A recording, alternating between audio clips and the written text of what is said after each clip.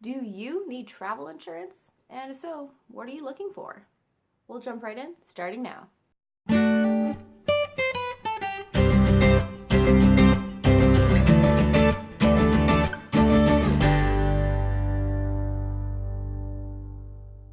Hey pretty people, my name's Rachel and welcome to Wanderye, where we give you the how-to on making travel tangible. In this bit, I'll be covering the ins and outs of travel insurance, what to expect, what to look for, and whether or not it is right for your trip. If you like what you hear and you want to keep up to date on more responsible travel tips, then do consider subscribing. Also, while you're watching, if you catch something that I've missed, don't hesitate to comment below. Travel insurance is a short-term insurance that protects the financial investment in a trip, according to the CDC, the Center for Disease Control and Prevention.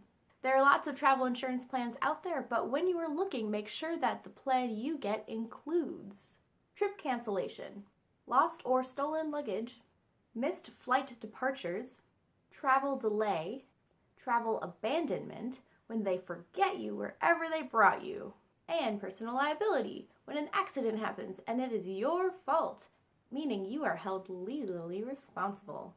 Fun. You might be wondering, why didn't she say anything about medical stuff? Good question, person. Thanks. Medical coverage is a subsect of travel insurance that I will be covering in a video called What You Need to Know About Travel Medical Insurance. Not all travel insurance plans needs to have a medical component. However, considering the quality or type of trip you're going to be taking, you might want to consider that. Moving swiftly along, those are things that come with what I would call regular travel insurance plans. There are also things that are considered bonus coverage that maybe you pay a little bit more, but if you want to be really ready, and I mean really, really ready, you should look for these things.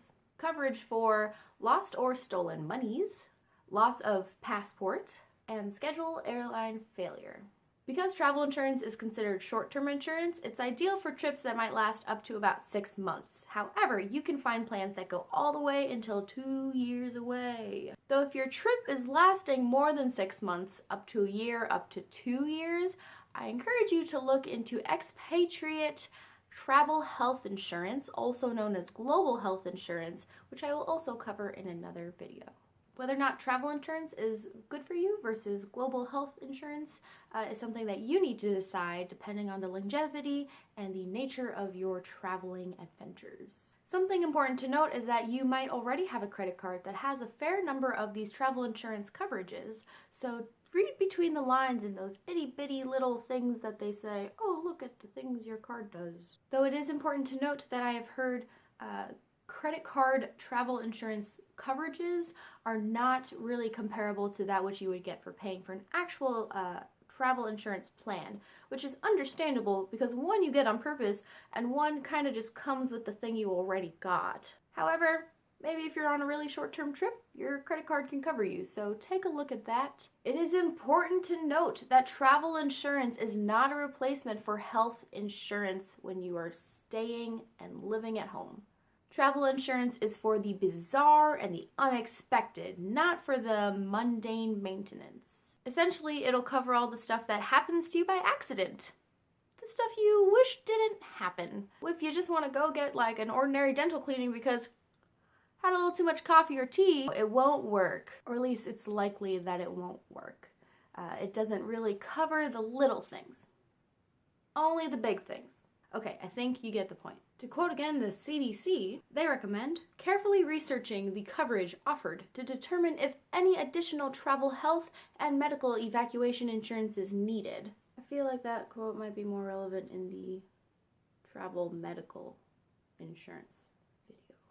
So essentially, to sum up all the points that I covered, you should definitely look at what the travel insurance plans that you are looking at covers and compare them to one another. Not all travel insurance has medical portions of it, and maybe you don't need that, but take a look and see the nature of your trip because it might be really important and also worth the extra cost. If you're looking long-term, you might want to consider global health insurance, also known as expatriate health insurance. It is also not a replacement for your ordinary home life health insurance. there you have it. I plan on getting real nitty and gritty with this particular topic, so take a look at the other videos that hopefully will clarify what will be best for you and your travels. I'm Rachel, this is Wanderye. Thank you for watching, and we'll see you next time.